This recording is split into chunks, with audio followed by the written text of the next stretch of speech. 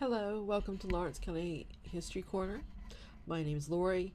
Today we are talking about kind of a sad topic and something that we often don't associate with our past, and that's domestic violence. There are so many laws and protections out there for people who are victims of domestic violence, as well as groups to assist them. But in 1904, where this story took place, it was up to the local law enforcement. And this actually begins in September 1904. It appears in the Ironton Tribune on the 22nd of that month. The article is titled Brutal Son Beats Mother. Saturday evening, about 8 o'clock, Mrs. Rebecca Tanner was brutally beaten by her son, Silas. He had made his way across the river to be with friends after he had gone to the family's home. According to Mrs. Tanner, she went to the mayor's office to seek help and to make a complaint. The local officers were called in, and Dr. Clark Lowry, which is Dr. Andrew Clark Lowry, was called in to assist the woman. Mrs. Tanner was suffering from had been found badly bruised from blows with a chair. Her son had hit her with a chair as well as his fist. According to Dr. Lowry, however, he did not find the woman's injuries to be serious. In that case, probably fatal or requiring a hospitalization. But she did seek out help at for the mayor and the local officers. According to her, the trouble began last spring when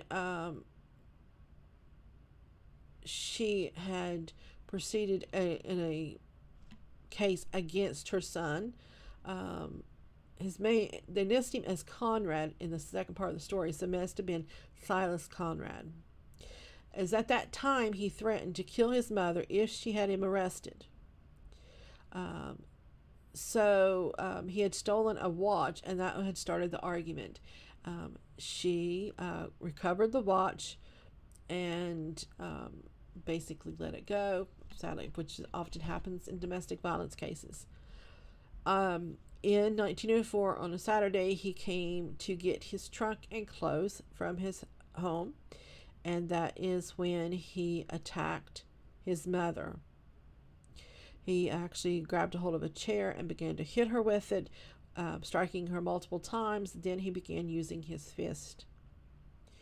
Mrs. Tanner got something to use in her defense and was able to chase her son away. He crossed the river into Ashland, Kentucky.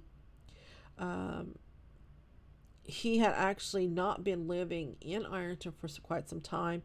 They actually lived in the Whitwell area for 3 months.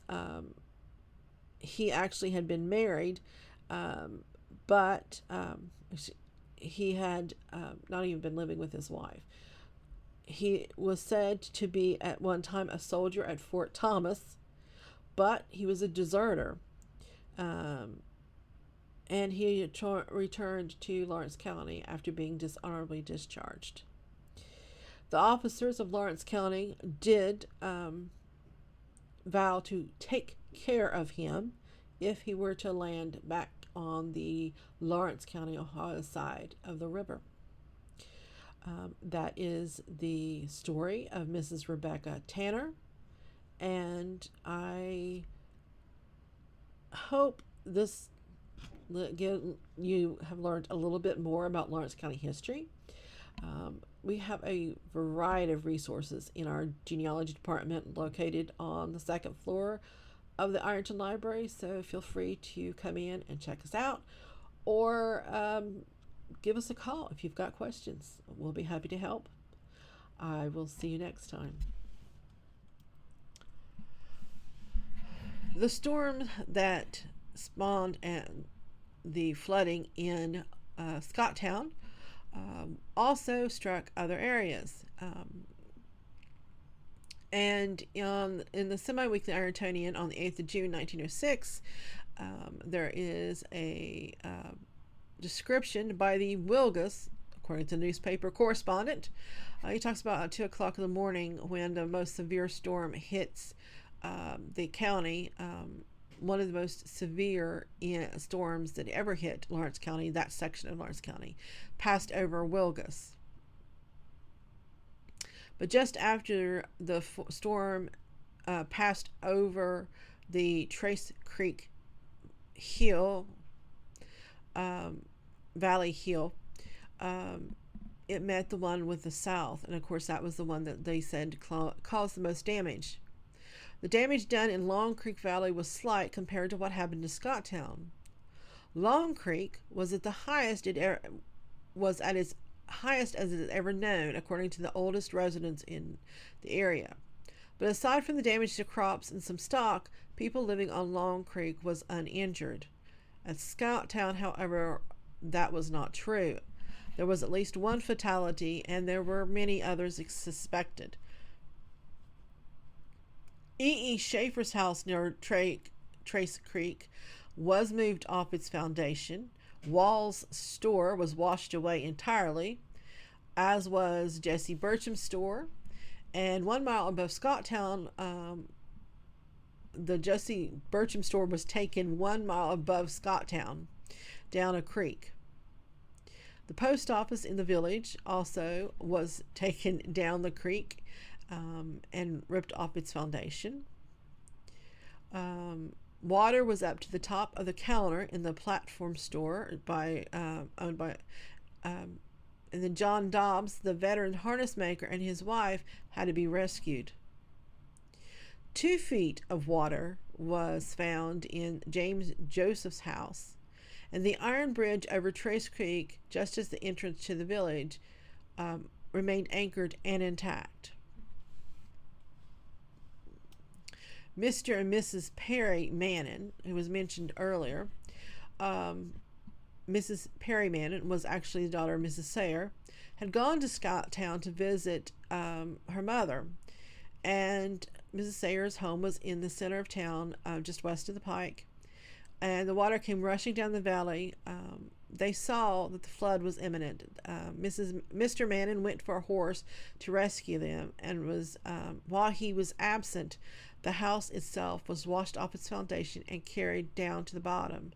Mrs. Mannon kept her mother's head above water as long as possible, but ended up to save herself, was compelled to let her mother loose, and Mrs. Sayer died. Mrs. Mannon stood in water up to her chin for 2 hours before she was rescued. She was either standing on a bed or on the windowsill with her head as far up as she could get towards the ceiling. It was reported later that Mrs. Mannon died 10 o'clock Wednesday morning, but the time that the article was written, no one knew if that was true. It was also purported that Dr. E. N. Miller lost all of his medication, or drugs, it says, and his library. But obviously the Mannon and Sayer family suffered one of the greatest loss. And that is just part 1, and there is more to come about the Scotttown flood.